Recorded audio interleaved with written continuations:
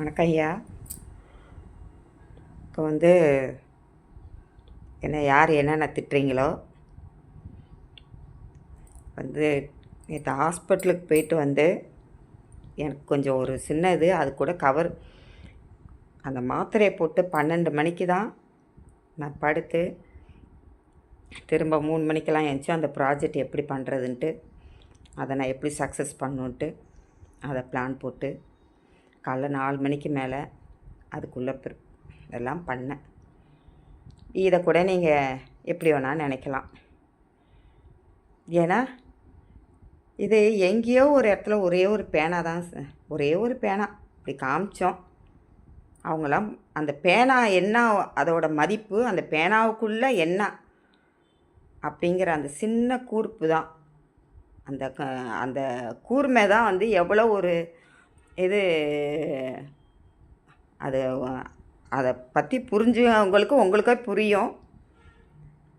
சொல்கிற ஒரு நம்ம இதில் அந்த ராஜராஜ சோழரோட காயின்ஸை ஒரு கொச்சப்படுத்தி பேசின இது எவ்வளோ மனசு எனக்கு தாக்கம் வந்துச்சு. நம்ம மூதியார்களே நம்ம கொச்சப்படுத்திக்கிற மாதிரி தான், அவ்வளோதான். நாங்களே எங்களுக்கு காயின்ஸ் விட மாட்டோம், இது யார் ராஜேந்திர சோழர் காயின்ஸை விட்டோன்னெலாம் சொல்லும்போதெல்லாம் எந்த அளவுக்கு எப்படி போயிட்டுருக்கு நாடுங்கிறது இது ஒரு விஷயத்திலே நம்ம தெரிஞ்சுக்கலாம் சார்.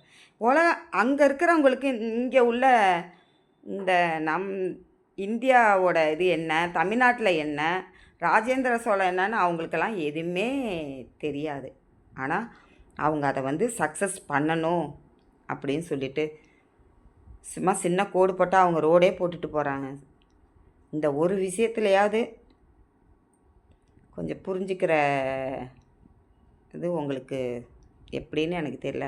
நான் யாரையும் தாக்கி பேசணும்லாம் நான் பேசலை, யாருக்கிட்டேயும் இதுவாலாம் இது பண்ணணுன்னு இல்லைங்க சார். எல்லாருக்கும் கஷ்டம் இருக்குது, எல்லாருக்கும் மனசு இருக்குது, எல்லாருக்கும் உயிருங்கிறது ஒன்று தான், புரியுதுங்களா?